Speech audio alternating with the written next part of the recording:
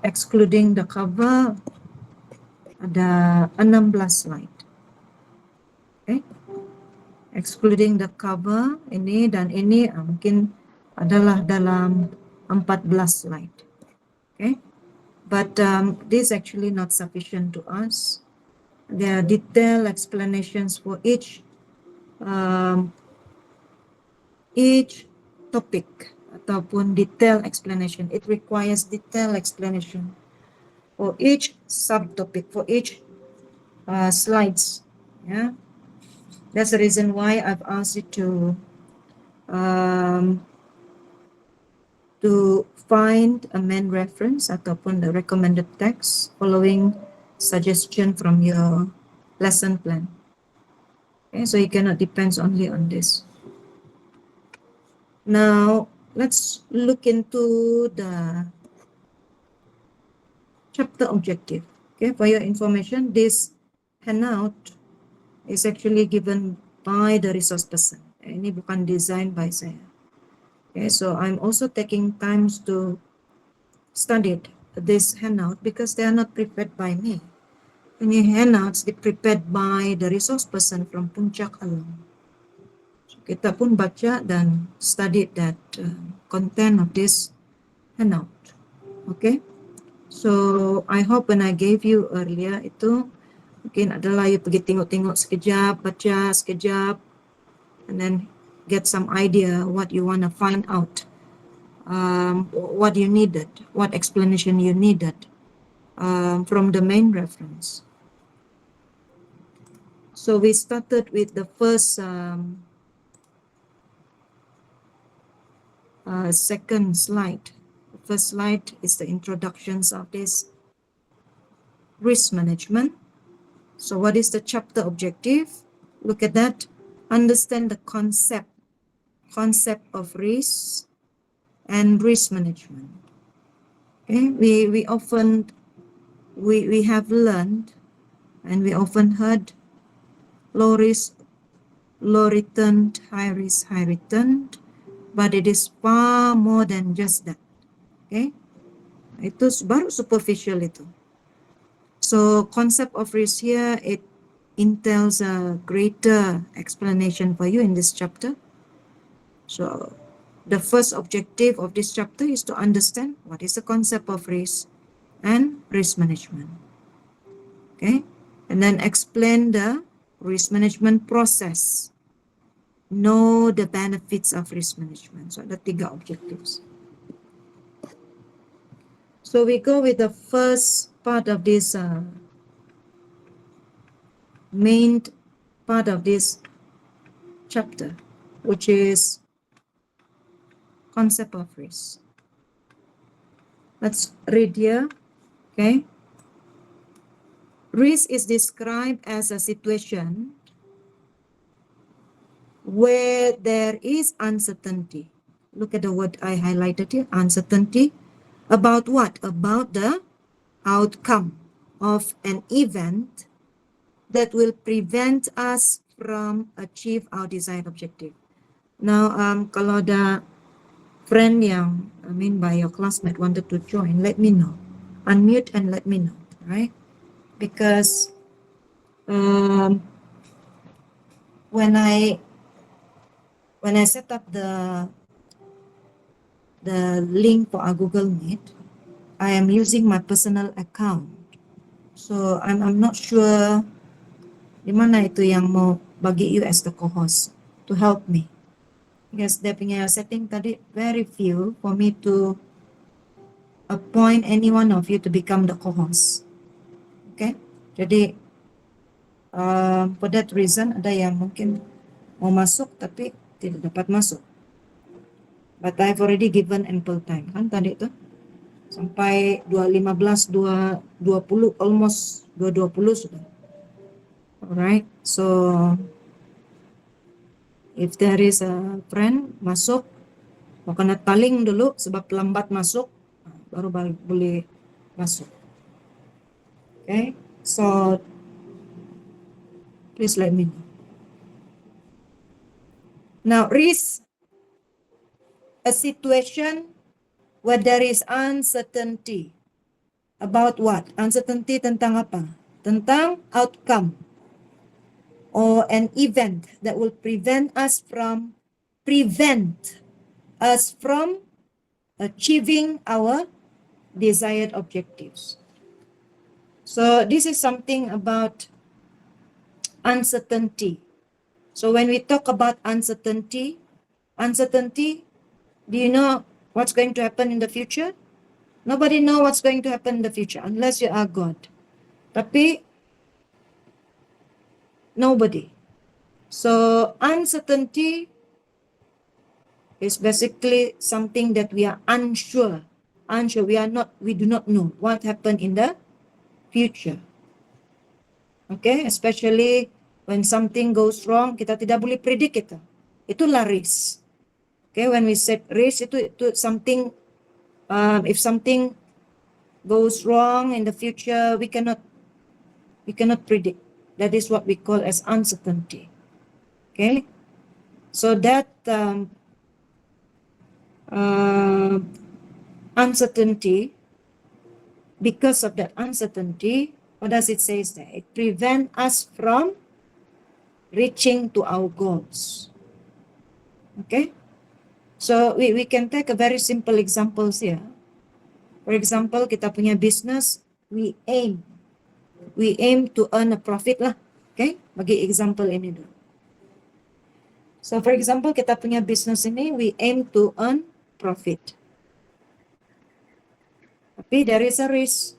There is a risk due to market changes lah, sales drop lah, poor sales lah, unexpected costs lah. So because of that risk, yang market changes, customer preferences change, poor sales, itu semua unexpected costs, kan? So this risk is what prevents us from achieving our objective tadi. Okay? Yang kita punya aim tadi itu apa? We want to earn profit. Tapi sebab risk itu tadi, this are the uncertainty yang kita tidak pasti apa yang akan berlaku di masa hadapan. Bila ia akan berlaku, we do not know. So this what prevents us to achieve our desired objective, which is to earn a profit. Okay? Unfavorable outcome. I want you to write down notes, jot down notes. Kalau kamu dengar sejak itu, mungkin belum tentu kamu ingat apa yang saya cakap. So you have to write down. You have to write down notes. Right? So write down notes. Whatever the important points that I've highlighted here, you jot down them. Now, unfavorable outcome as opposed to chance, which presuppose favorable outcome. Apa maksudnya? Unfavorable. The risk is described, look at that. Kita balik kepada description about what is risk. Risk is described as unfavorable outcome. Okay, risk is described as what it is? Unfavorable outcome. As opposed to chance. Okay, which presuppose means implies. Which implies favorable outcome. Now, you have to understand here, both in a risk and chance, they are uncertainty. Risk and chance ini are both uncertainty. Both involve uncertainty. Okay? Chance, peluang. Risk juga adalah situasi uncertainty. Chance pun uncertainty juga. Peluang yang belum tentu ada. So risk and chance, although both involve uncertainty, tetapi risk ini dia lebih kepada unfavorable outcome. Risk ini dia lebih kepada unfavorable outcome. As opposed means in contrast. Okay? In contrast to chance. So in contrast to chance maksudnya berbeza dengan peluang. Peluang ini implies favorable outcome. So it is more to the positive outcome lah. Okay, kalau risk itu dia lebih kepada negative outcome. Okay, something bad is happening. Kalau chance itu peluang. Peluang ini dia lebih kepada something good is happening. Good, the positive side. Okay, the possibility of something good is happening. Itu adalah chance. Okay. Now, Vaughan and Vaughan 2003 define risk. Risk sebagai apa dia? A condition in which there is a possibility of adverse. Look at that, dia ulang balik. Risk, unfavorable outcome. Risk, adverse deviation from a desired outcome that is expected or hopeful. Okay. So according to Vaughan and Vaughan here, risk ini dia exists when there is a possibility that things won't turn out as we plan. Sama juga maksudnya tadi, dia adalah unfavorable outcome, adverse deviation. Okay, it exists when there is a possibility that things won't turn out as we plan. Okay, in other words, it is actually implying a bad outcome. Okay, mungkin boleh bagi contoh. Bagi lagi contoh. Okay, so for example, if you let's say you organize an outdoor event, for example, okay, organize an outdoor event. Okay, so apa risk dia di sini? Kalau kita buat outdoor event, risk dia kan unfavorable kan? Adverse deviation, unfavorable outcome. So when we organize an outdoor event, risk dia it could be rain, kan? So bila hujan, apa yang akan jadi? It will ruin the outdoor event inilah. Apapun outdoor event. Asal hujan, confirm program tidak jadi. Sebab kita buat outdoor. So what is the desired outcome? Apa desired outcome kita? When we organize an outdoor event here. What is the desired outcome? Desired outcome dia adalah it is a sunny day. Sunny lah. Cuaca panas. Dan ramai orang. There are many participants. Okay. There are many participants. So when ini is the opposite way of rain. So sunny day lah. So this is our desired outcome. When we organize an outdoor event, the desired outcome is that we want it to be sunny and there are more participants involved in the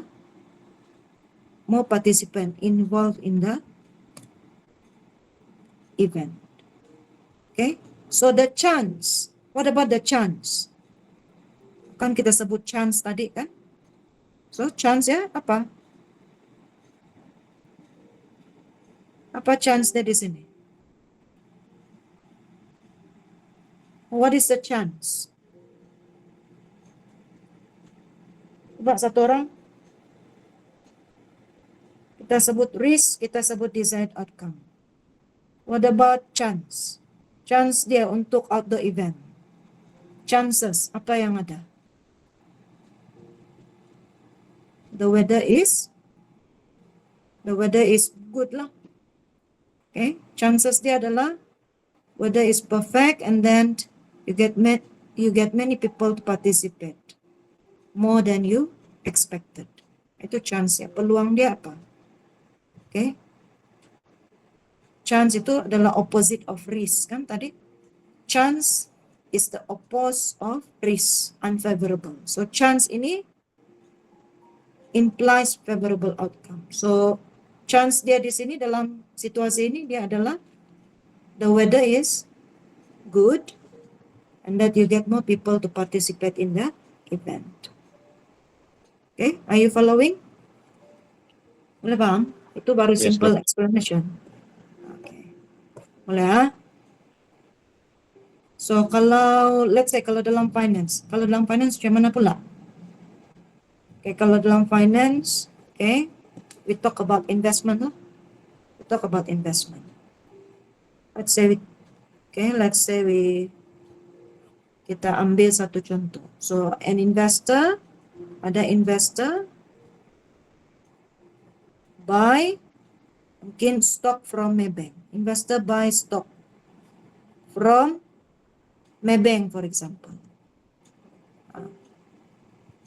So this investor dia expect that the value of this Maybank share ataupun stok Maybank ini akan naik by 15%.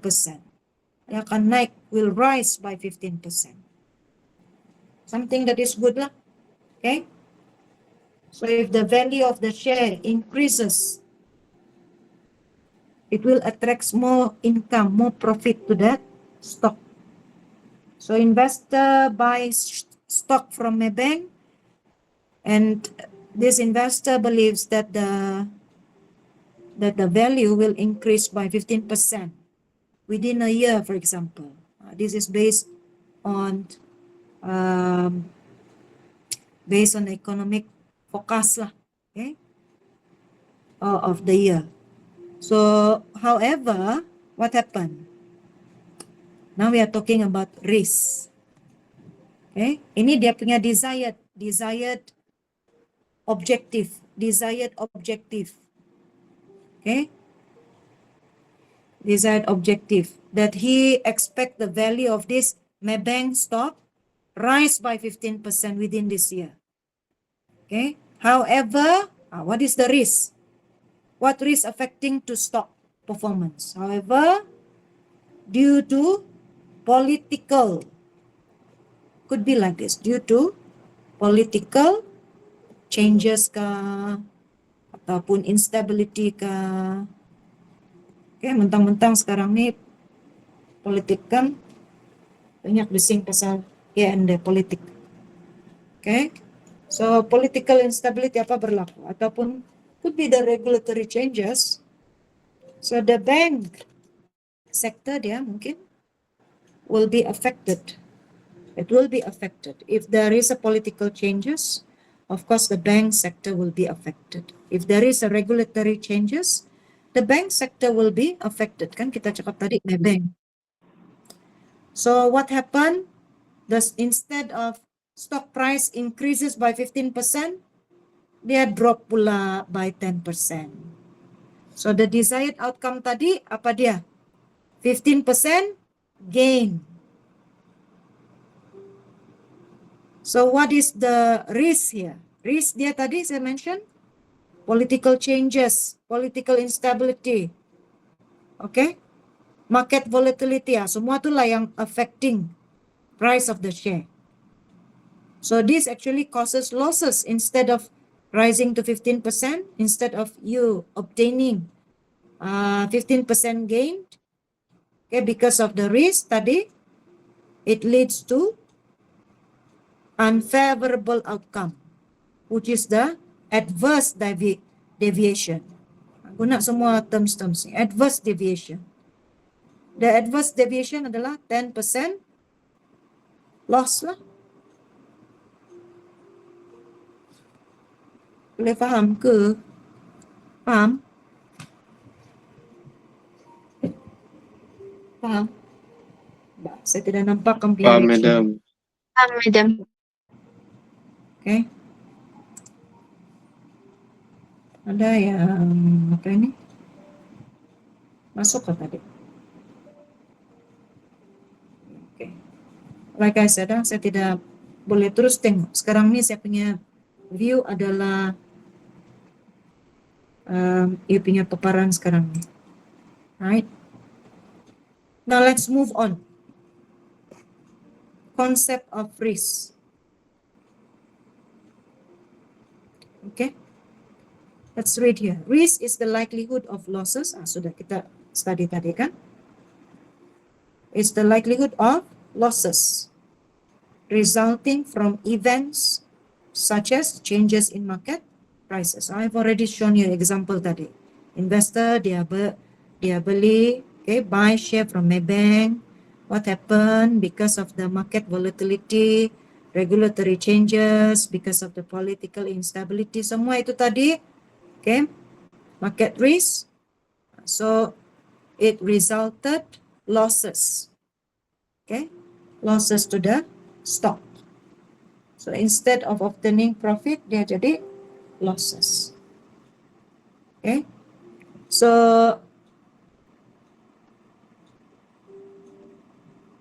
in this case, it says that events with a low probability of occurring, but that may result in a high loss are particularly troublesome because they are often not anticipated. Okay. So in relations to kita punya contoh tadi itu yang Maybank punya contoh, it explained to you here events with a low probability of occurring, very low chance to occur. But when it occur, it may result to high loss. This actually very troublesome, it says, because they are not anticipated. Okay, they are not anticipated. So, can you guys give some other example? Low probability of occurring here. Boleh bagi saya contoh?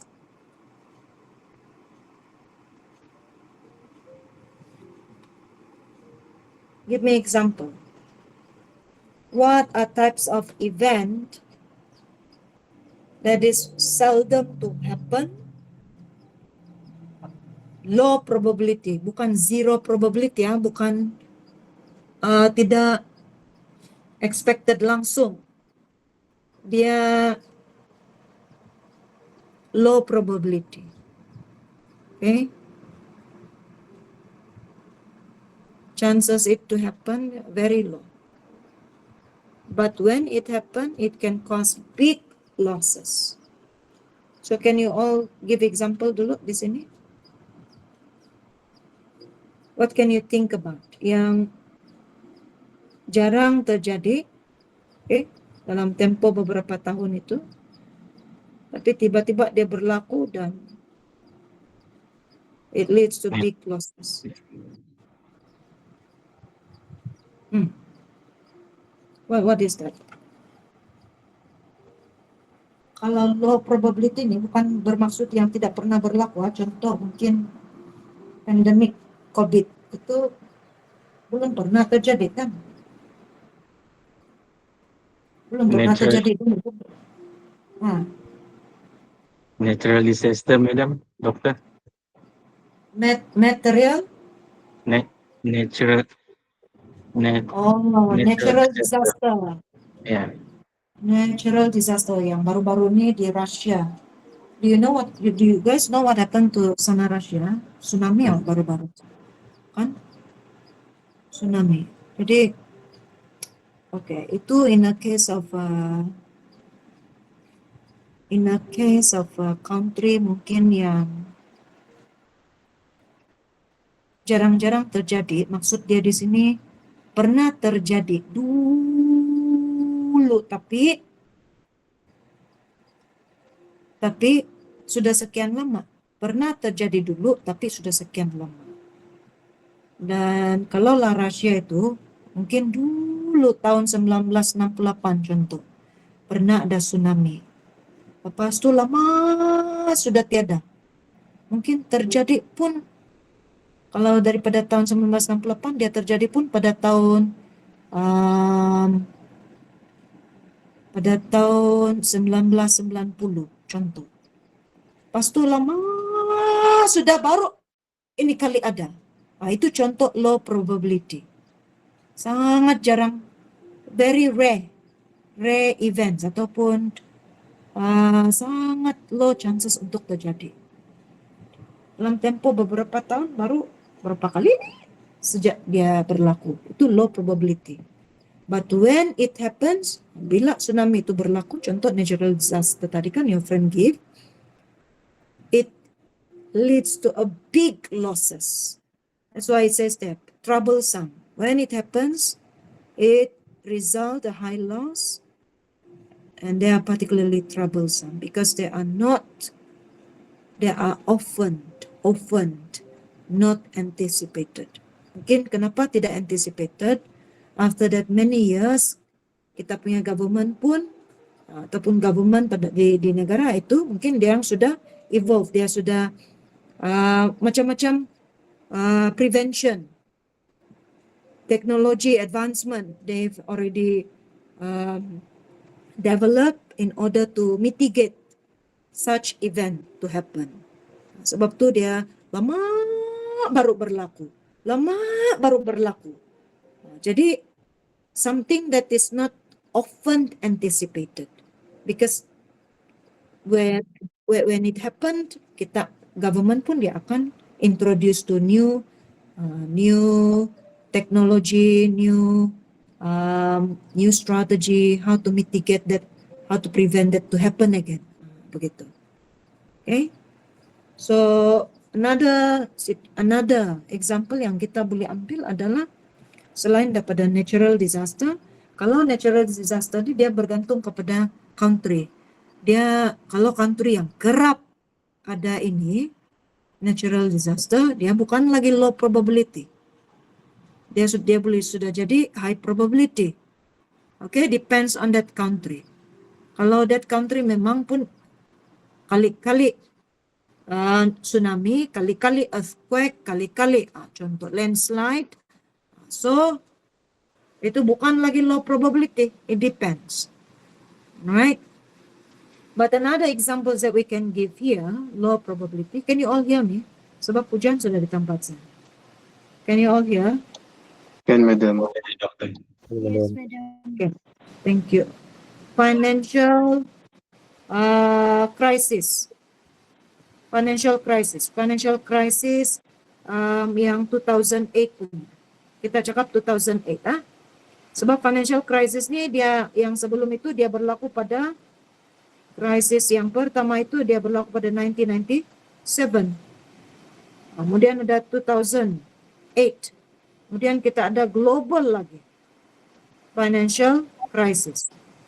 Okay. Tetapi ini kita merujuk kepada financial crisis 2008 dulu. So, ini financial crisis 2008 ni dia sudden. Kamu tengok berapa tahun dia beza. 1997, tiba-tiba around 2000. So, a sudden financial crisis ini, at this time, 2008 ni, it is actually unexpected. Okay, so apa yang berlaku pada masa ini, kita ambil satu contoh, those investors yang invest dalam mortgage. Okay, ini sebagai contoh sini ya. You can use this example also. Mortgage-backed securities. Okay, mortgage-backed securities. Kamu tahu apa itu mortgage kan? Ini adalah home loan. So during this time, investors yang invest dalam mortgage-backed securities ini, apa yang berlaku ialah mereka experience heavy losses during this time. Kan? They experience heavy losses. Ini. Okay? Kenapa heavy loss? Okay, so first kita kena paham dulu. what is mean by mortgage-backed security ini. Okay? Dan lagi perkataan back, mortgage-backed. So it sounds that this type of investment is secured. It is low risk investment. Bila ada perkataan back securities kan, mortgage-backed securities ini menunjukkan bahwa this type of security is low risk investment. Tetapi kenapa pada tahun 2008 ini those investors who invest in mortgage-backed securities ini, they are facing a huge losses. Okay? Why? Because this is something that we want to know. Okay? Now, first we need to understand apa itu mortgage-backed security. So mortgage-backed security ini adalah a pool of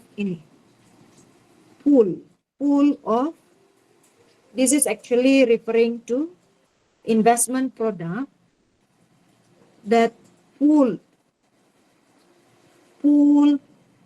of home loans, that pooling the home loans all together. It is actually a pool of home loans.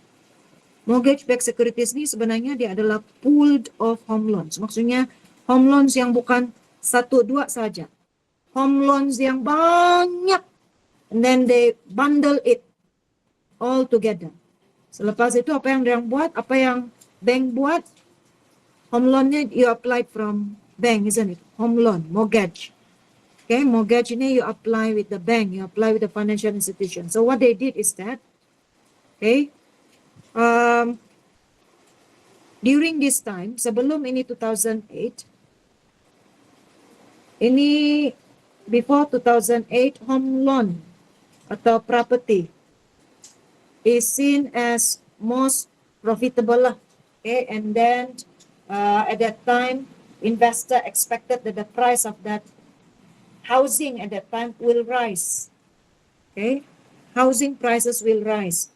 So people punya expectation before ini 2008, before financial crisis, is that housing prices will increase ataupun value of housing dia akan increase. So apa yang berlaku ialah at this time bila ramai pembeli rumah apply loan. Okay? Bila ramai pembeli rumah mereka apply loan at that time, what the bank did, instead of dia waiting 30 tahun kan, ini pinjaman rumah diambil masa yang lama untuk kamu bayar balik. Bukan dalam tempo 10 tahun. Pinjaman rumah ini tidak macam executive loan.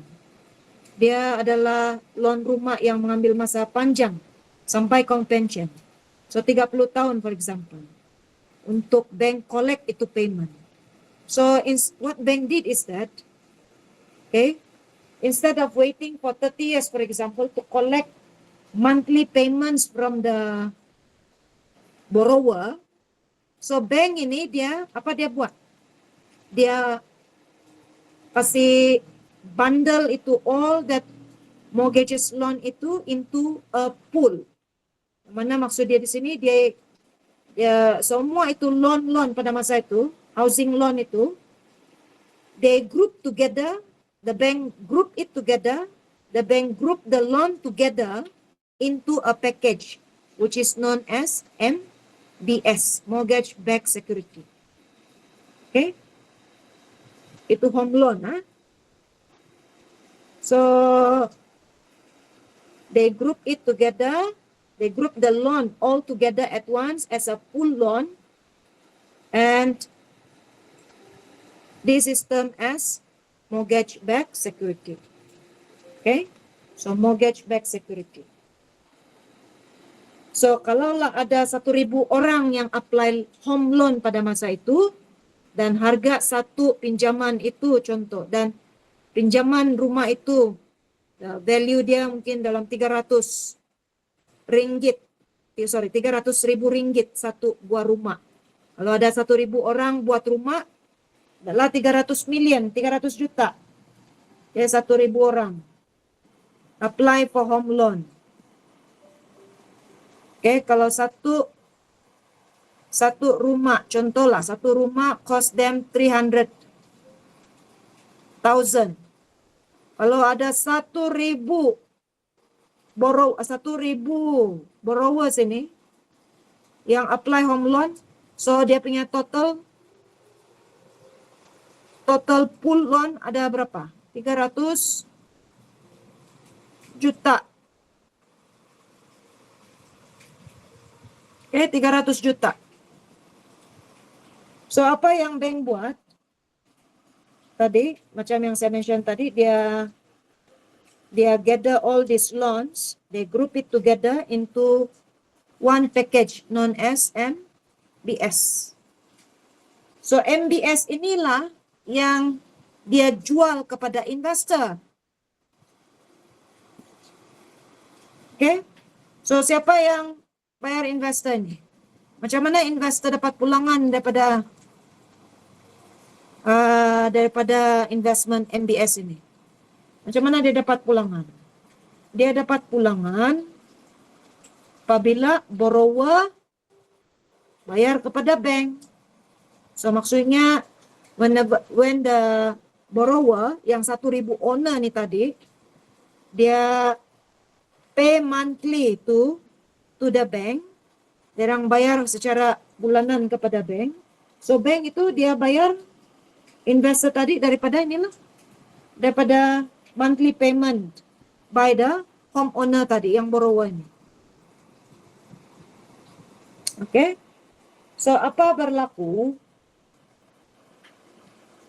Dia punya risiko di sini adalah pada masa itu,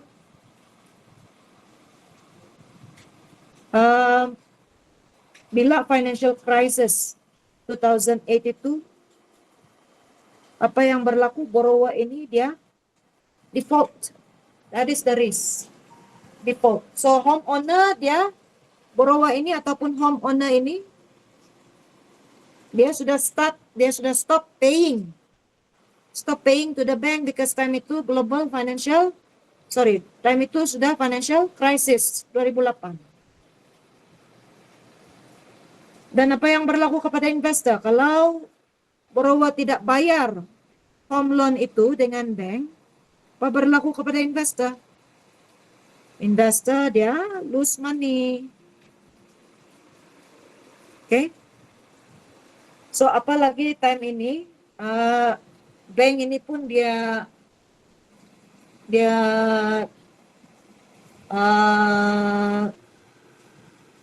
kalau dia kasih pinjam kepada risky borrower, lagilah dia tidak, borrower itu mungkin pada masa itu dia tidak dapat bayar kepada bank.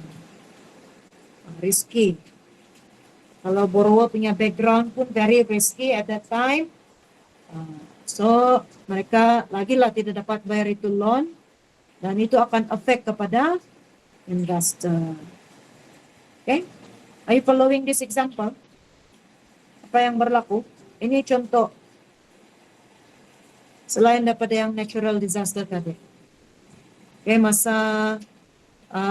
kalau kita mau bagi contoh low probability of occurrence, events with a low probability of occurrence, you can give examples about financial crisis 2008.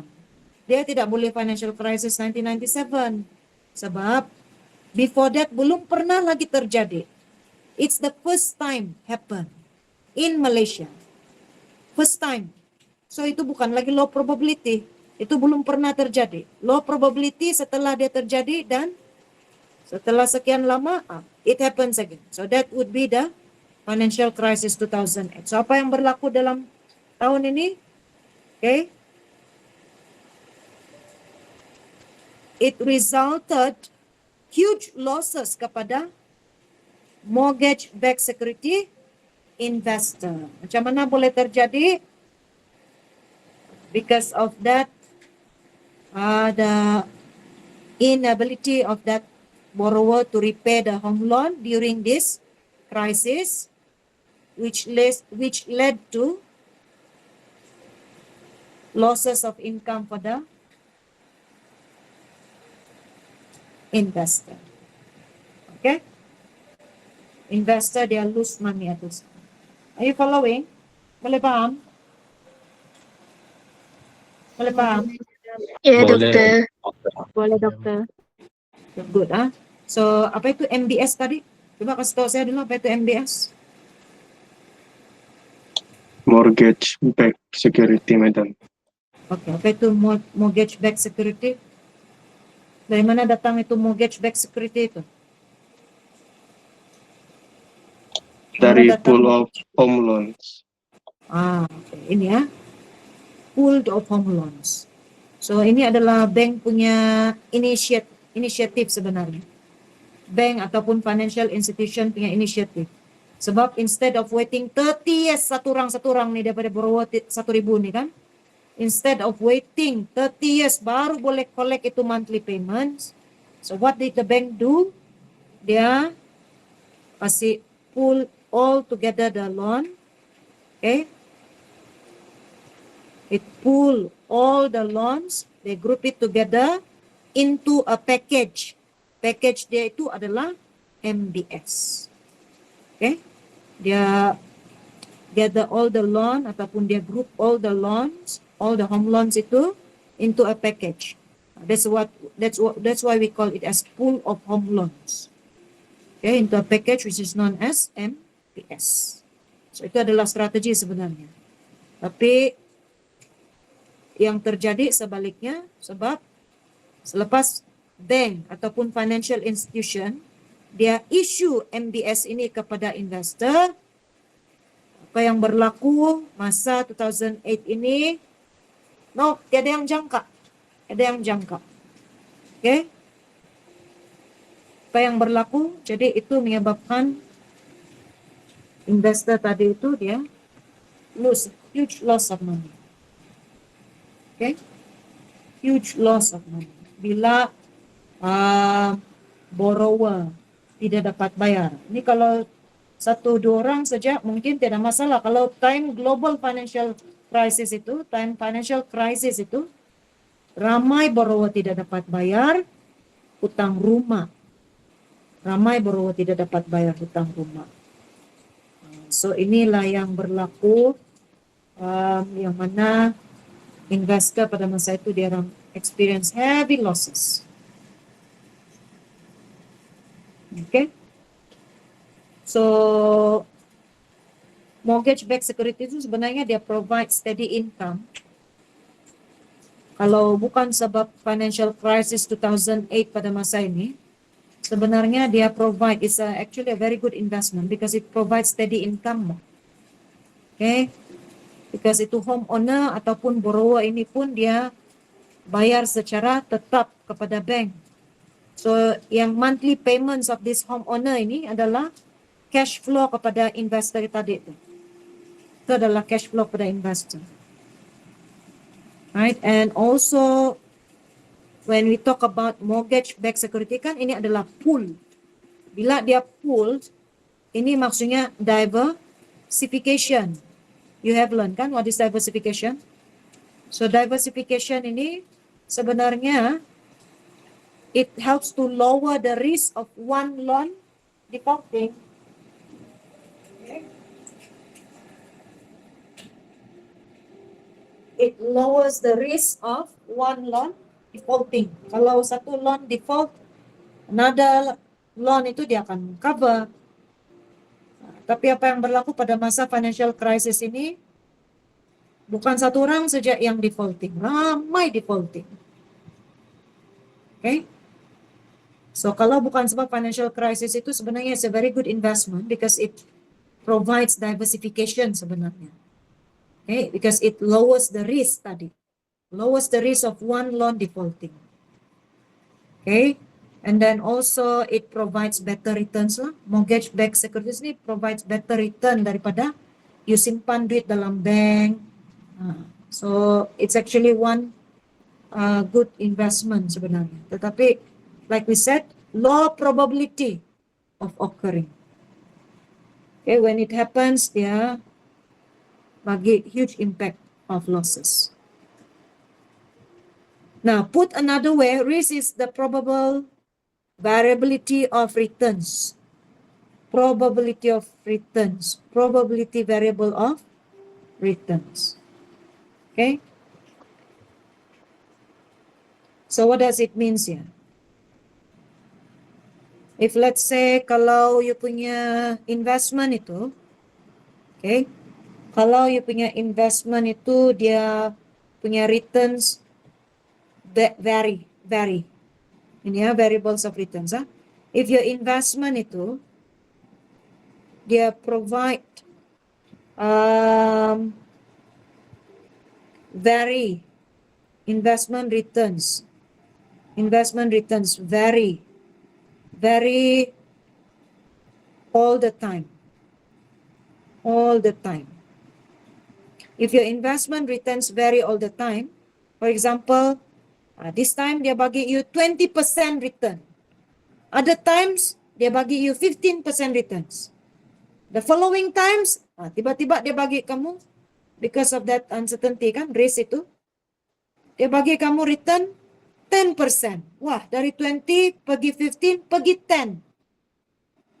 So if your investment returns vary almost all the time, so ini considered as riskier. This actually considered as riskier. Okay, compared to investment that gives you steady return. For example, kalau another investment tu dia every year dia bagi you 5%, every year bagi you 5%. Ini panggil sebagai steady return. 5% return annually. Ini lebih selamat berbanding dengan investment returns yang vary all the time. Walaupun kali ini dia bagi 20%, next time 15%, another time different lagi, itu considered as riskier compared to investment that gives you a steady returns by 15% annually. Contoh. Okay?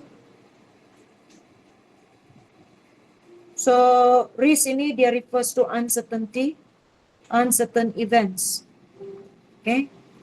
Which will affect you punya return. Okay? Which will affect punya return. So,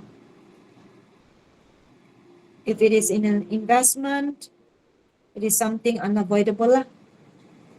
Kita tidak boleh cakap it can be totally eliminated. If you still remember, kan, systematic, unsystematic risk. Ini kalau masih ingat, systematic, unsystematic risk in investment,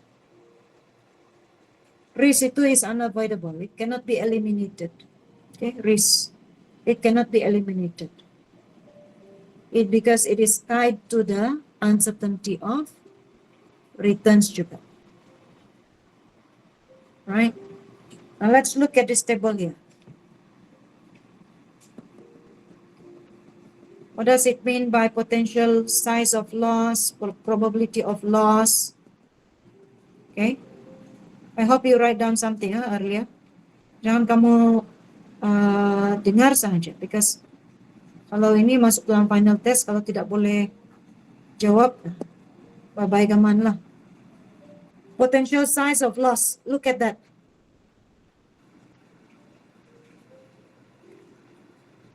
So, potential size of loss, potential for large loss, probability of loss, high probability of occurrence. Potential for small loss, what does it say there?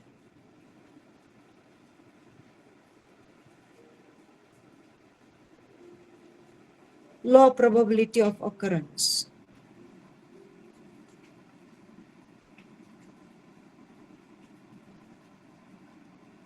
What does it tell you here?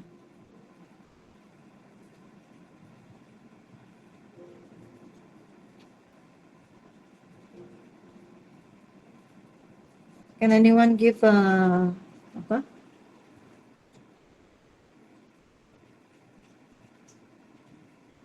Meaning, what does it mean by here? Potential for large loss, high probability of occurrence. Potential for small loss, low probability. What can you understand from here?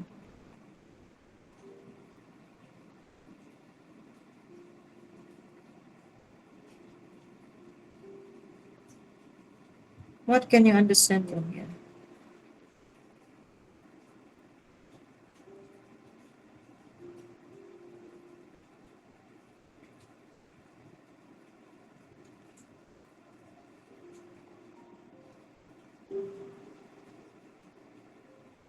What can you understand? The large loss will happen regularly because of the event has a high probability of happening every years like that, Prof. Okay. Doctor. Okay. Yeah. And for the Yeah. small loss, the event that caused this loss happen rarely.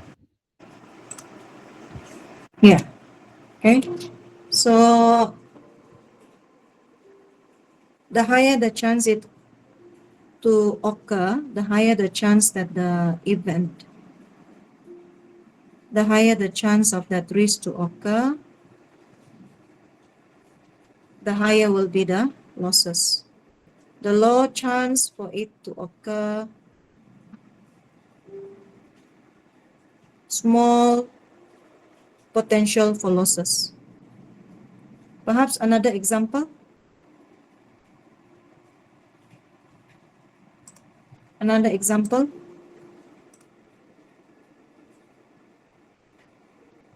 Saya mau dengar satu lagi. Example. Very good feedback tadi. Saya mau satu lagi contoh. What can you think about here?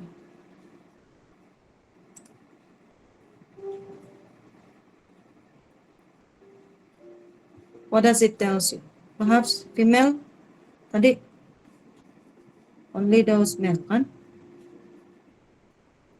Coba kalau female, what can you understand from here?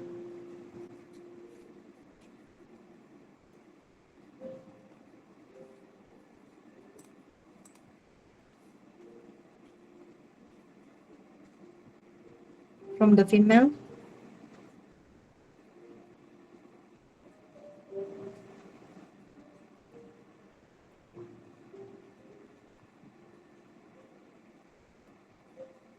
Hi? Are you guys there?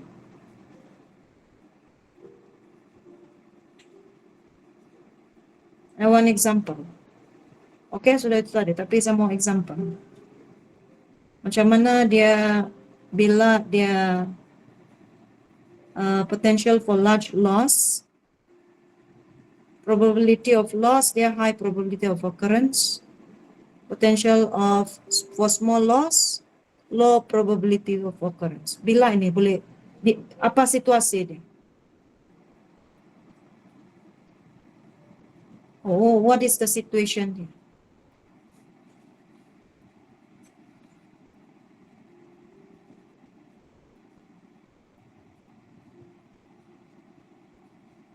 Bolehkah kasih apa ini? Start there somewhere.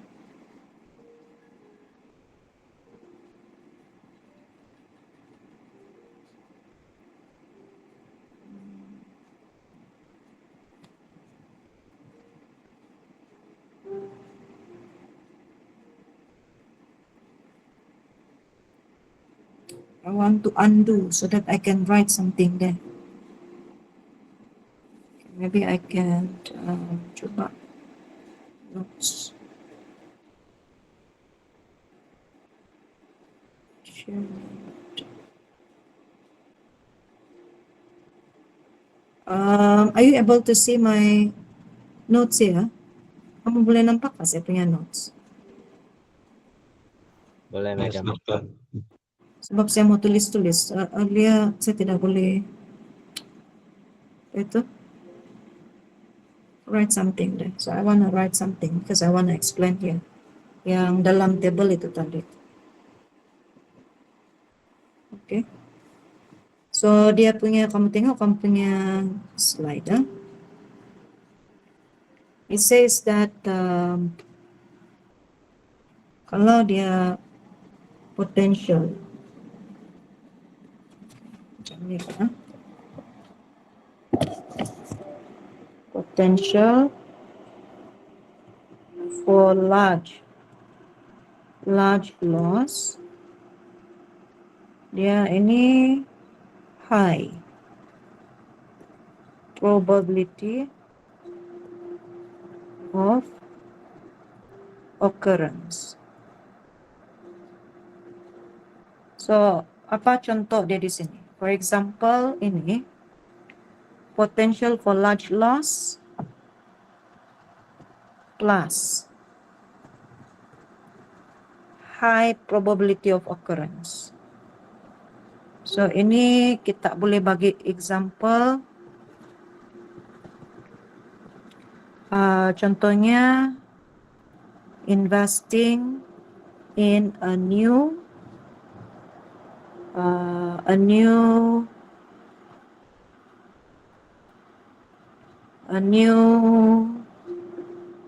startup business. Investing in a new startup business.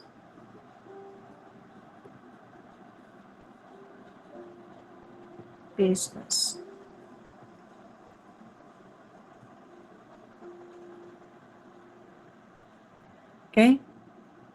A new startup business.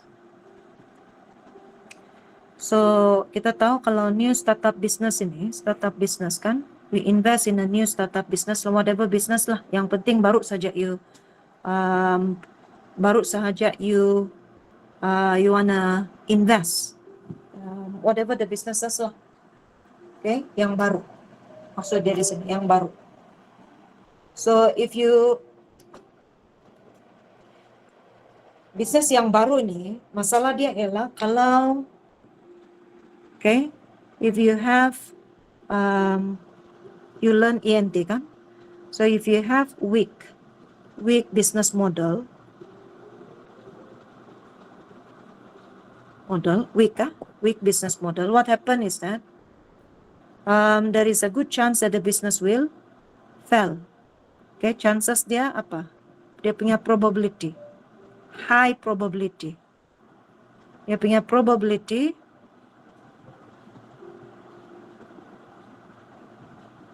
high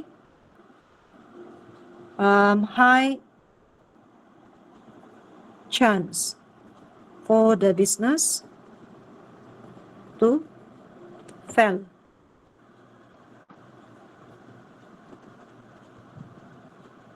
And this will lead to huge loss of money. Okay. We talk about large loss, high probability of occurrence. So kita ambil contoh yang simple. We invest in a new startup business. Kita ambil contoh startup business. Semua sudah belajar EMT kan? So you said you want to develop a business. You want to start a new business. A new business. So if the business has a weak business model, okay, so there will be high chance, high probability that the business will fail if you have weak business model. If you do not plan properly, chances dia adalah business itu akan jatuh. Dan ini menyebabkan kerugian yang banyak. Okay? You could lose all your money because you invest in this new business, kan? You could lose all your money if you do not have a good business model. So this considered as very risky investment. Now what about tadi? Second, I hope you write down, huh? What about yang tadi itu? Number 2. Number 2, apa dia bilang tadi itu? Potential. Ini pula for small loss plus low probability of occurrence. Apa contoh dia di sini? Okay, example. If you buy government bonds, semua tahu kan government bonds? Apa dia? Government bonds. Apa dia government bonds? Coba dulu. Apa government bonds?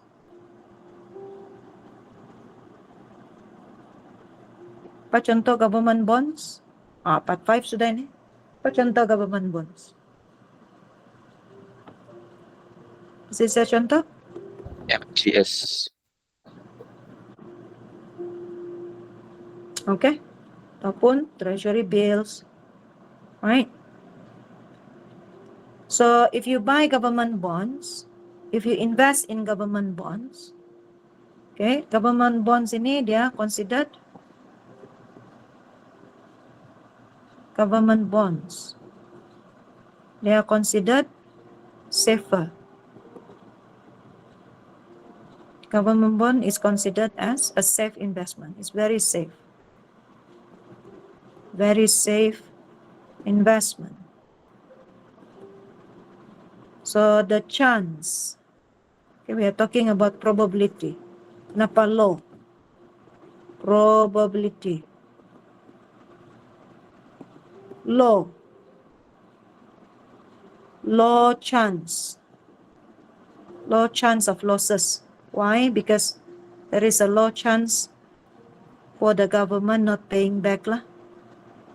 Okay, low chance for the government not paying back. Okay, so these are types of low risk investment. Small losses. Kalaupun if even so, okay, even so because we are dealing with MGS, ini adalah bond. So even so there is a fluctuations of interest rate. Even so there is a fluctuations of interest rate, which cause the bonds price to fall. The loss is small. Okay, fluctuations of interest rate, the loss is small. Itu loss dia tetap small. Low chance for the government not paying back. Okay. And even so, when we talk about small losses here, even so there is a fluctuations of interest rate, the loss is still small. So this is considered as low risk investment. Okay, so high risk tadi. High risk is when either the chance of losses is higher. Okay, chance of loss is higher ataupun the loss is large loss. So ini lebih kepada amount of money that you lose. So high risk is when either the chance of losses itu higher probability, chance of loss is higher, atau the losses is large, atau kedua-duanya sekali. Okay, kedua-duanya sekali. Maksudnya we invest in a new business, we have weak business model, it does not only leads to high chance of that business to fail, but it also leads to huge losses of money. Atau not only that, or perhaps it leads to high chance of business to fail due to that weak business model, but it may not necessarily gives you huge losses. Okay? So dia ada high chance to fail, maksudnya business are not able to survive. Atau mungkin business boleh survive, tapi you incur huge losses of money. Business masih boleh survive, tapi you incur huge loss of money. Okay? Sama juga dengan low risk. Low risk here. So when the chance of loss is low, you can see here, chance of loss. Ini chance of loss is low. Low probability of occurrence. Chance of loss is low. Okay? Sama macam tadi, it may or may not. Okay, leads to small losses. So chance of low, the chance of losses is low. Okay, and the losses is smaller. Atau kedua-dua, okay, there is a low chance for the government not paying back, and also there is a small losses occur because of that the fluctuations of the interest rate tadi. It gives the losses, smaller losses. Okay. So this is the example. The loss occur tapi it's not significant. Itu maksudnya. Walaupun ada chance for losses, tetapi that the amount of losses itu smaller. Okay, as in this case. Are you guys following? Boleh? Boleh, Madam. Okay.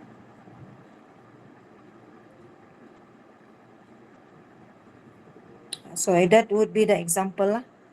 Okay, you can relate of other example juga. Okay, not necessarily to be this, but at least it gives you some idea of what it is lah.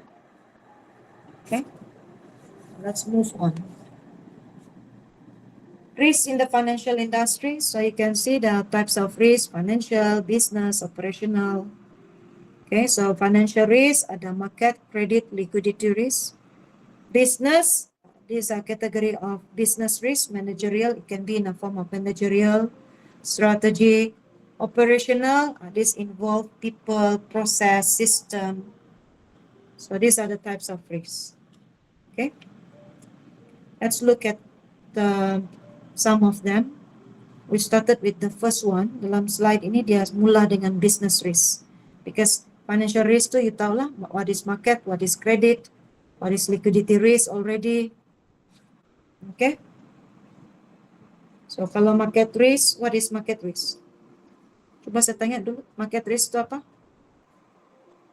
What is market risk? Interest rate. Interest rate, exchange rate, stock prices. This actually risk that refers to the financial losses due to kenapa? Due to changes in that market condition. Market risk. Ini market risk. Market risk ini, it refers to the financial losses. Okay, it refers to the financial losses. Financial losses that happen due to market changes. Okay, due to changes in market condition. Okay, such as macam yang your friend mentioned, interest rate risk. So financial losses happen because of that interest rate volatility of the interest rate, exchange rate, stock prices, commodity prices. Okay. Now these are external risks and it's beyond of the control of the company. Ini adalah external risk. And then what is credit risk? What is credit risk? Risk of What is default credit? by borrower or counterparties. Yes. Okay.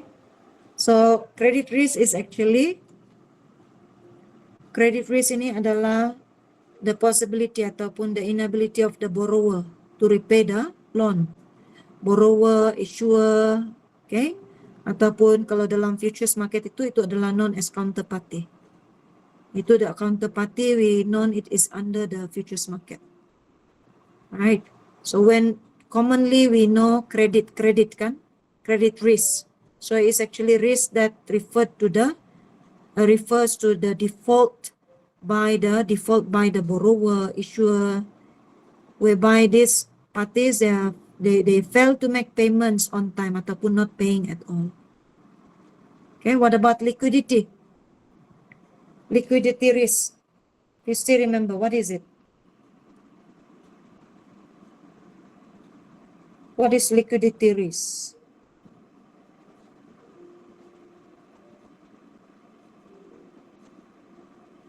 Liquidity risk itu apa? Short-term financial obligations cannot be met.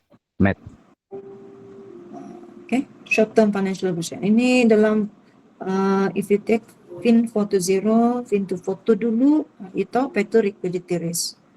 Okay, inability to meet short-term obligation, inability to pay short-term obligation. Another thing liquidity risk ini adalah inability for you to convert asset into cash kan, quickly. Tapi kalau you convert the asset into cash quickly tapi in a cheaper price, itu pun liquidity juga. Okay, so liquidity risk itu adalah the risk that you may not be able to pay your short-term obligation ataupun risk unable to convert your asset into cash. Okay, so we go with the business risk now. Okay. Yeah.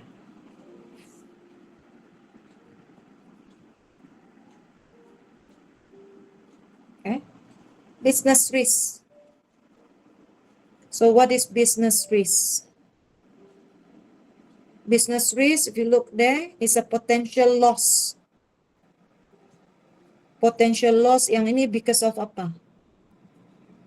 Potential loss in the business. Potential loss in the business due to uncertainty about demand of the product. Okay, so demand of the product. So you know, if there is a change in the demand of the product, customer preferences and so on, it will lead to unsold inventory, unsold item. You may not be able to sell quickly, right? Because if there is a change in the demand, change in the customer preferences, there is a lower demand ataupun demand is underestimated, so you lost sales opportunities juga. Okay, ini demand ini dia boleh jadi ini boleh jadi satu demand drops. Kalau demand drops could be due to changes in the consumer punya preference tadi, so this will lead to unsold inventory lah, unsold finished goods. Second, this could be satu lagi tu overestimated demand. Maksudnya demand, overestimated demand. Overestimated demand maksudnya you supply more than the demand. Supply is more than demand. Bila supply more than demand, apa yang berlaku? So this will result wasted of resources.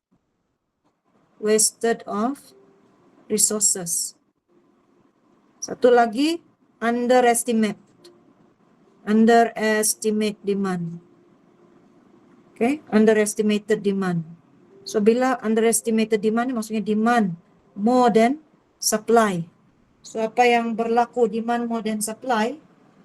Bila demand banyak tetapi you jual sedikit. So di sini will lead to company miss the sales opportunities. Alright. Now, the price that can be charged for those products. Why there is a potential loss? Because the price that can be charged, for those products. So this one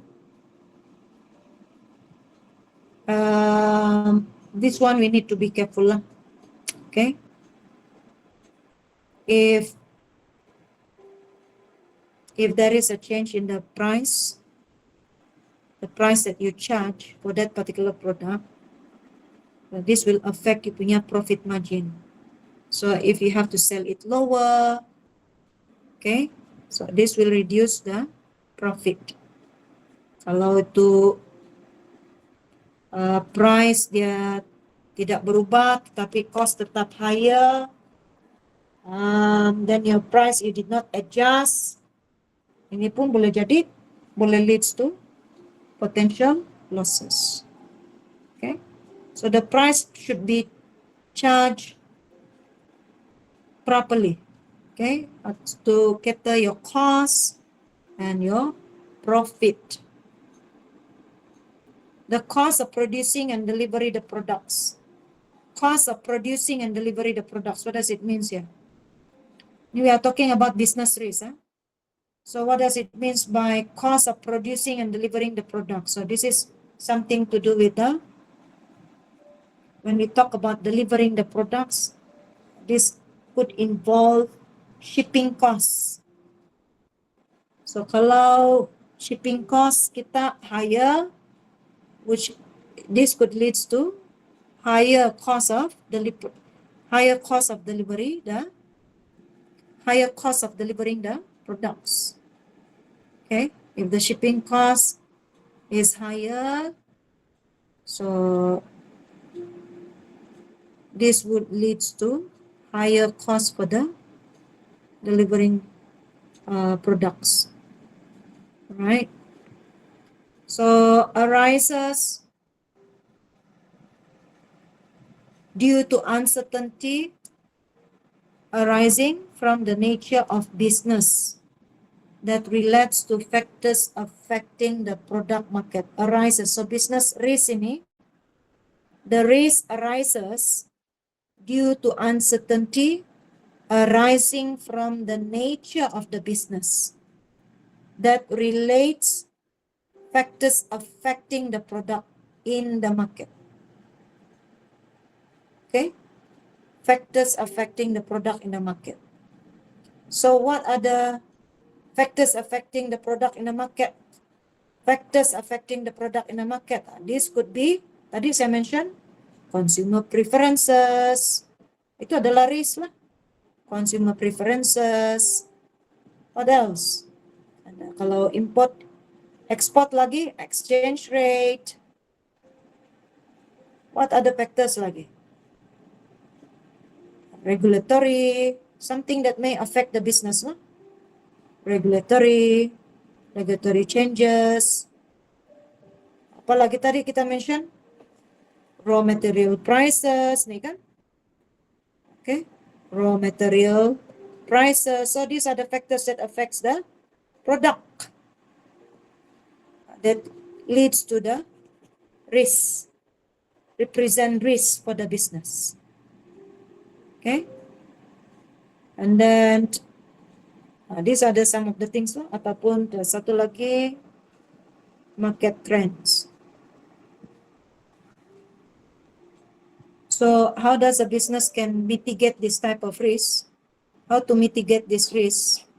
How to overcome this type of risk? Macam mana company boleh overcome this type of risk? Satu, tadi mention pasal pricing. So kena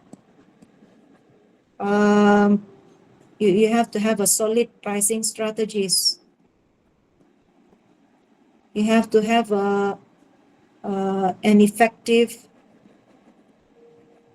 cost control. Kan tadi kita cakap pasal delivering cost lah.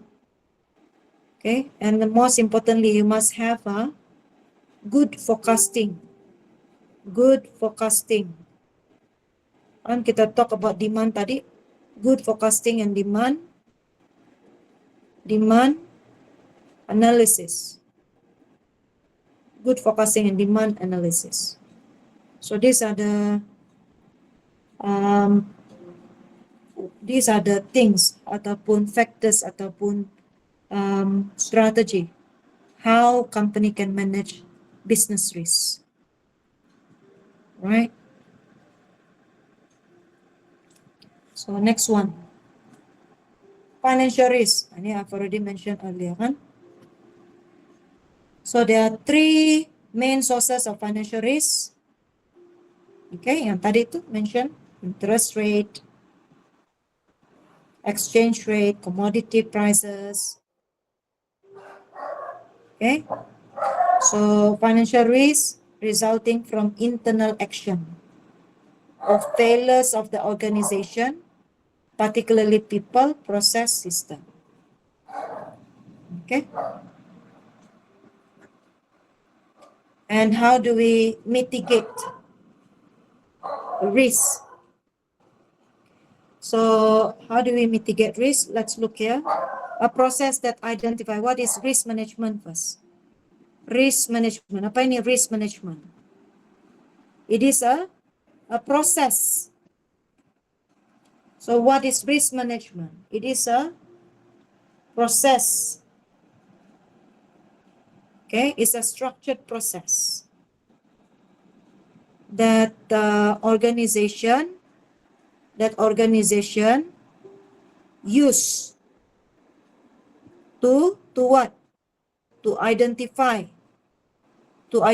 apa? To identify types of risk. Tadi kan kita belajar types of risk tuh. Types of risk.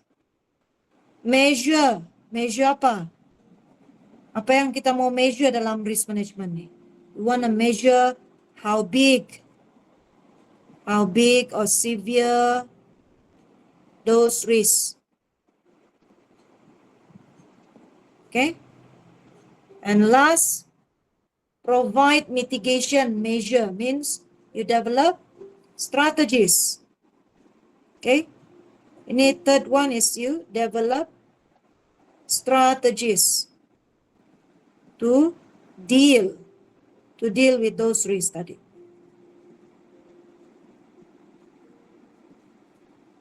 Okay? So what is risk management? Risk management is a process. It's a structured process that an organization di sini dia refer kepada bank ataupun financial institution lah. Okay? Used to identify apa dia types of risk, measure apa, how big or severe the risk, those risks are, and then provides mitigation means you develop strategies to deal with those risks. Okay, so these strategies, it usually include loss control method, look at here, loss control method and loss financing method. Okay, so these strategies ini yang bila you have to develop provides mitigation measure. So ini adalah you punya strategi. Develop strategies which means that provide mitigation measure that include loss control methods. Okay, loss control methods which is you prevent the chance of loss tadi, loss control. Ataupun and also it include loss financing method. Okay, whereby you manage the financial impact of that loss to happen. Loss financing methods. So like I said, organization tadi itu a process where organization identify. Organization tu refer kepada bank ataupun financial institution. Okay, ini adalah risk tadi itulah.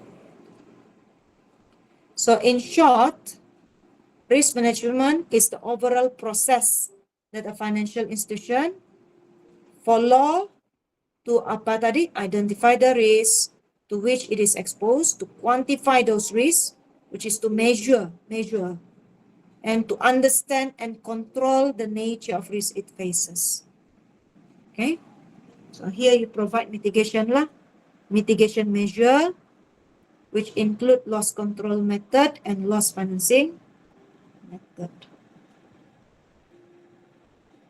Okay. Now, concept of risk management here. Okay, so what does it tells you? Risk management ini adalah it's a continuing process. Continuing process. Look at that. Risk management ini adalah continuing process. Okay. It is an ongoing process. Continuing process ataupun ongoing process. Proses yang mana tadi itu? Yang tadi dia mention, identify, you measure, you evaluate, kemudian you take action, which is you provides mitigation here, take action to manage the risk it faces. So dia bukanlah one time task. Bila kita sebut risk management tu dia adalah ongoing, dia adalah continuing process. Alright. Kenapa perlu? For you to strengthen the company. For you to strengthen the company. Supaya company itu dia akan bertahan dalam market. Supaya company itu dia to ensure the longevity of the company. To ensure the sustainability of the company. So itulah perlu dia risk management. Okay. Risk reduction is defensive and used to protect firms. Look at that. Protect firms from risk by hedging, insurance, and derivatives. So still remember derivative? Kan? So derivative maksudnya we use hedging strategy. Okay? To prevent potential losses. So kalau hedging ini kita guna apa tuh? Kita guna futures and option lah kan. Kalau financial instrument hedging, this one is actually referring to we use financial instrument. We use financial instrument. Okay, yang seperti yang you all belajar F&O tu lah, futures and option. Whereby what do you do with the financial with the futures and options here? What do you do? What do you do in futures and option? You reduce the potential loss of the investment, kan? Because of that, the ability of the market to reveal the future direction, future movement of that cash prices. This is what you've learned before in your F&O. Okay? Insurance. Kenapa guna insurance pula? Sebab insurance dia transfer risk. Ni transfer risk. It transfer specific risk. Transfer specific risk. For example, kan ada insurance kebakaran lah, kecurian, okay, fire, kebakaran kan, bangunan yang terbakar. So ada type specific insurance. Kecurian, theft, right, and others. So kita transfer risk ini kepada insurance provider. So kita tidak perlu worry lagi risiko apa-apa dengan company kita. Risiko kecurian data lah, kebakaran lah. So kita transfer that particular risk to the insurance provider. So derivative, remember derivative itu apa? Hedging is part of the derivative, tapi derivative itu sendiri apa? What is that? You guys still there? What is derivative?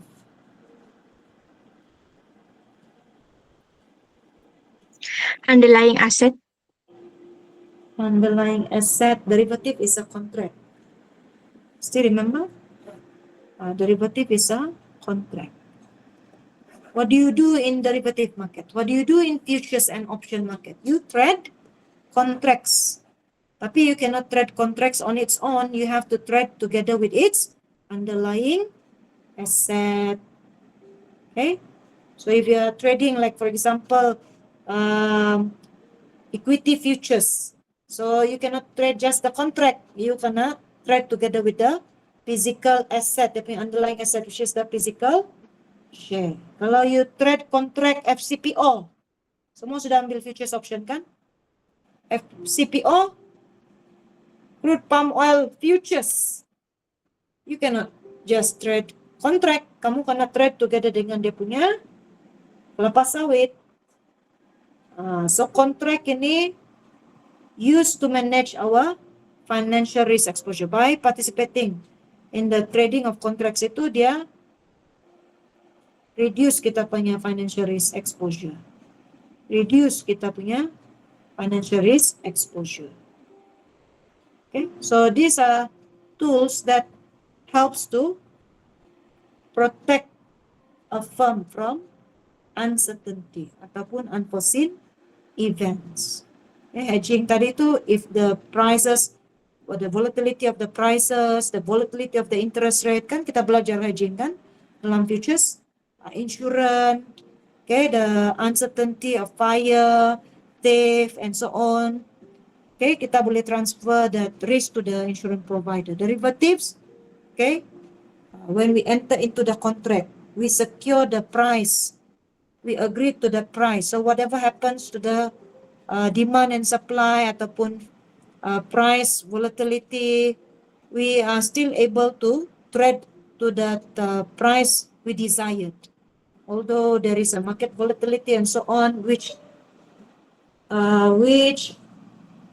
prevent us from selling at a higher price, prevent us from buying at a lower price. So kita enter into the contract lah. Maksudnya kita enter into the contract with the desired, for the desired price.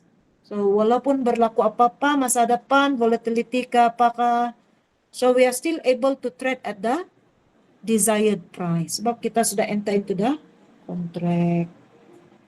Boleh faham? Mingpai ma? Boleh? Boleh? Boleh, doktor.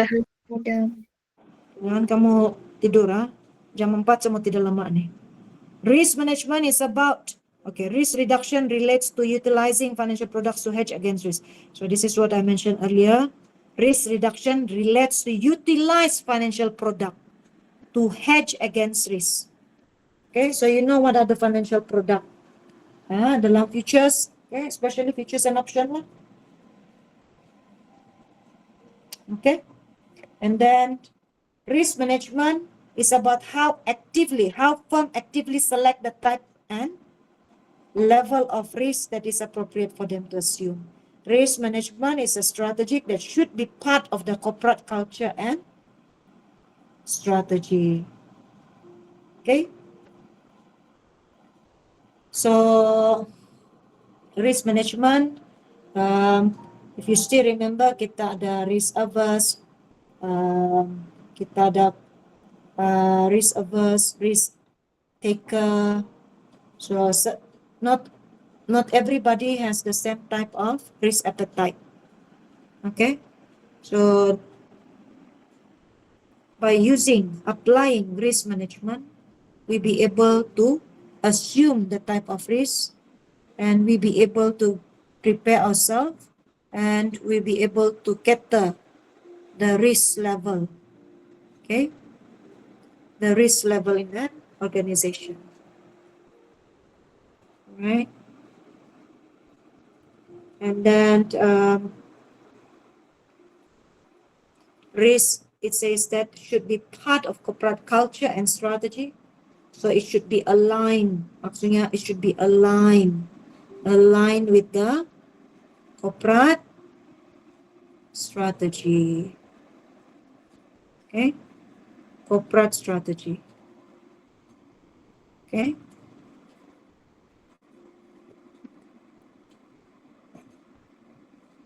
Now, from risk management perspective, risk-facing financial institution can be classified into three types. Can be eliminated, inilah tadi kan, eliminated, transferred to others macam insurance. Risk can be managed by financial institution, okay, when you participate in the contract. Risk avoidance techniques include the standardizations of all business-related activities processes, constructions of diversified portfolio, implementations of incentive and compatible scheme. Okay. So these are risk avoidance. Risk transferring techniques include use of derivatives for hedging, selling of financial claim, changing borrowing terms. So changing borrowing terms ini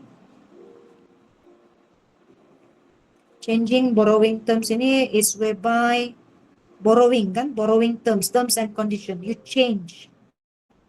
Changing means you adjust loan agreements. Okay, agreements. Right, you change ataupun you adjust loan agreement. Mungkin daripada variable interest rate kepada fixed rate. Okay, so depending on, this is what we call as part of the risk transferring techniques. Selling of financial claims ini maksud dia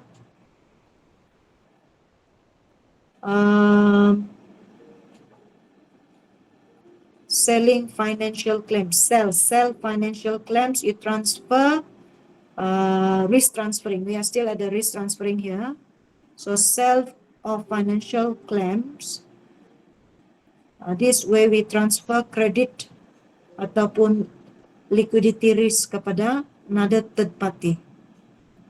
Okay, selling financial claims. Ini ada satu terms kita guna dalam PIN 242. What is it? Ini saya lupa sudah. Selling of financial claims ini instead of the bank collect payment from the borrower, dia jual itu invoice kepada third party. So the third party will collect the financial claim and no longer pay to the bank. Borrower to no longer pay to the bank, tetapi the third party. I have forgotten the terms. Nanti saya check. Selling of financial claims itu dia lebih kepada you transfer kredit itu ataupun liquidity risk itu kepada another party. Okay. Hedging with derivatives for hedging ini you tahu lah. Okay, where you use futures and option to hedge against price risk, interest rate risk. Okay, so itu yang you belajar before this kan. Okay, next. These are the example. These are actually a summary lah. Summary, approaches and instruments of risk management. Okay. Some of these risks cannot be eliminated. It cannot be avoided or eliminated, but some of these risks can be transferred. Okay. And absorbed or managed. So these are the approaches and instrument of risk management. You can set a policy, you can hedge or sell a financial claim macam tadi, you can diversify it, insure, okay, macam insurance tadi, hold capital, okay, as a summary. Now, what about the evolutions of risk management? So if you look here, this is basically from McKinsey and Company. Okay, tinggal sedikit lagi ya. So please bear with me. So ini evolutions of risk management ini is basically developed by McKinsey and Company, whereby it outlines three. If you look here, three evolutionary stages. Okay, evolutionary stages. Okay, evolutionary stages of what? Of model MRM. MRM is basically known as model risk management. So who developed this model? McKinsey and Company, where it outlined three evolutionary stages here. Alright, so stage yang pertama ini known as foundational elements. Okay, foundational elements. So as you can see here, the foundational elements here, what is the objective? Dia sudah specified sana. Objektif dia adalah to build the foundation elements for model risk management. Ini adalah yang pertama, stage 1. Okay, where you build a foundation elements for model risk management. So the key elements here in terms of its policy, okay, MRM policy, model risk management policy, where you establish the policy, okay, where you establish di sini, where you establish policy, okay, where you establish policy, model inventory, manual workflow tool, model governance and standards, and then MRM organization, where you form structure for MRM activities. Ini adalah structure for MRM activities. So this stage 1, what we can say about this stage 1 is all about, stage 1 ini is all about getting the basic right. Okay, getting the apa, basic right in terms of you establish the governance, policy, okay, inventories and manual processes. So they establish all of this model. Okay, so what's the purpose? You want to get, you want to build foundation, asas dulu. What elements needed to be included in the model risk management. So ini semualah, inilah yang perlu dimasukkan. Stage 2. Stage 2, once you have that basic, once you have the foundational elements, once you build the foundation, stage 2 is where you implement the model. So you implement the model. So what is the key elements? Apa yang ada dalam stage 2 ini? Dia punya policy, control and process, training for stakeholders, automated workflow tool. Okay. So policy tadi itu, once you already develop, once you already establish the policy, so it continues in this stage 2. So where you enforce them, kan, implement, so you enforce the policy. And it also, in this stage also, it requires a solid control ataupun stronger control and process. Stronger control and process here. Okay. You need to control and process. There will be training for the stakeholders, because why there is a training here? Is a implementation kan? So you want to build awareness. You want to build awareness to the team involved, which is the stakeholders. Okay. And then the automated workflow here is basically you want to replace the manual processes to increase efficiency. Automated workflow tool. So this is where you introduce any automated workflow kan. You introduce itu automation workflow tool to replace yang manual processes itu. Okay, manual processes. Ini automated. So opposite of automated is manual. What's the purpose here? Is to increase efficiency. To increase efficiency. So stage 3. Stage 3, are you guys following? Are you guys following? Ya, dokter. Oke, kita masih di sini ya. Kita mau habiskan ini, tinggal sedikit lagi. Oke. So stage 3 ini adalah capturing value. So capturing value, so you already implement that tadi kan? So now you capture the value from implementing that model. Here is where the objective is to gain efficiencies and you extract value from this model. So what are the key elements itu? Dia adalah center of excellence, industrial validation, transparency, process, optimize. Okay.